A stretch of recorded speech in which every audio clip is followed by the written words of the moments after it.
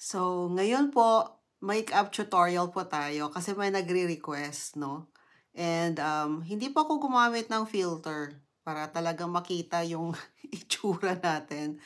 So, anyway, yung gagamitin lang po natin sa makeup tutorial natin ay tatlong makeup. Kasi mahal po yung makeup ngayon eh. So, yung pinakamahalaga po kasi sabi ko nga ay kilay. Pagkatapos, syempre, mukha tayong fresh, di ba?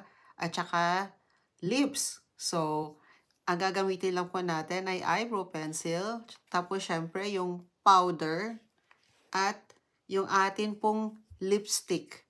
Ako naman, pag ginagamit lang po natin ay isang lipstick para po sa lips, sa cheeks, at saka sa mata, yung gusto ko pong gamitin ay yung liquid kasi mas mabilis po siyang i-apply, no? But of course, we can use naman yung isang klaseng lipstick, like katulad nito, itong stick, no? Ako po talaga, pag nagbe-makeup, gusto ko po talaga may foundation. Kasi po yung foundation kasi by the word itself, talagang isi-set niya po yung makeup. Kumbaga po kasi ako, oily po kasi ako, so ang bilis po niyang matanggal.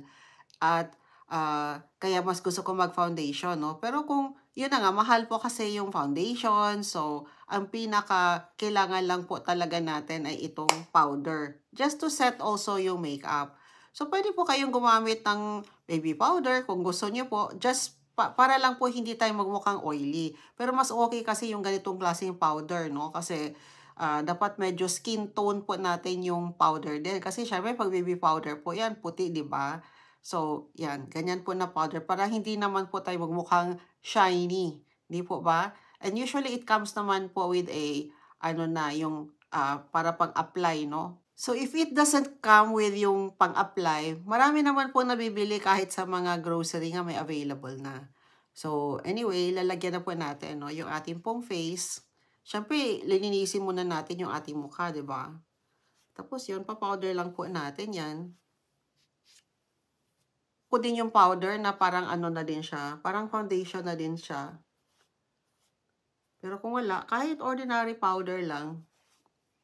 Itong powder ko, hindi to foundation. Ano lang siya talagang, ano lang, yung powder lang. Kasi meron naman akong liquid foundation eh. Pero for the purpose lang ng tutorial natin, gamitin na lang natin ito. Mas mura kasi itong powder kaysa doon sa mga foundation na yan. So anyway po, ito po yung ating eyebrow pencil, no? So ito po yung ilong natin. So from the center po of our nose, titinan po natin yung dulo. Di ba yung dulo po ng ating eyebrow?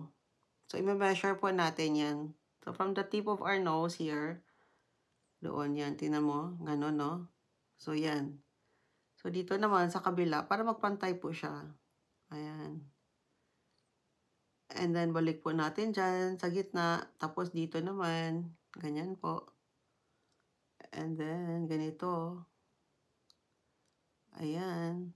And then, dito po, tignan po natin yung pinaka-edge. Andyan po yung pinaka-edge. Pagkatapos, i-rotate po natin dito sa kabila. So, ang pinaka-purpose kung bakit natin minamark yan ay para maging pantay po yung ating paglagay ng eyebrow pencil po natin. So, maglagay na po tayo. Po natin ng dot. Tapos, syempre, para mukha siya talagang na linya, no? So, ang gagawin po natin, iba-brush po natin yan. At ang gagamitin lang po natin ay toothbrush. Ayan, yung old toothbrush po natin. Okay, syempre, mas maganda kung new para hindi po sira yung bristles. Di po ba? Ang ganda ng kilay natin, oh. Pantay na pantay. Yun ang purpose ng mga pag ganon-ganon yan, yung pagmamark. Tapos, syempre, ito na po, gagamit na po tayo ng lipstick. Para sa ating cheeks at saka sa ating lips, syempre. Tunaw muna natin yung lips para medyo gumanda na tayo. So, gagamitin lang po natin yung ating kamay. Dito lang po. Ayan, para spread lang po natin yan.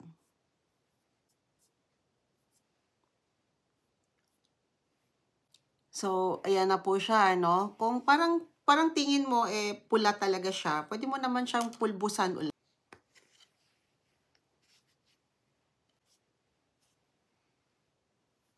At maglagay din po tayo, no, ng konti. Diyan din sa may fold.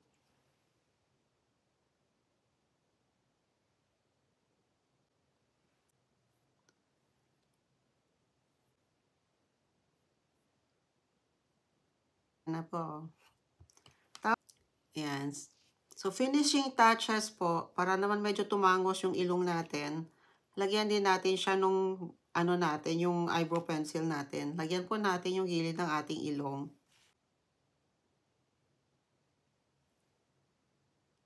Yan.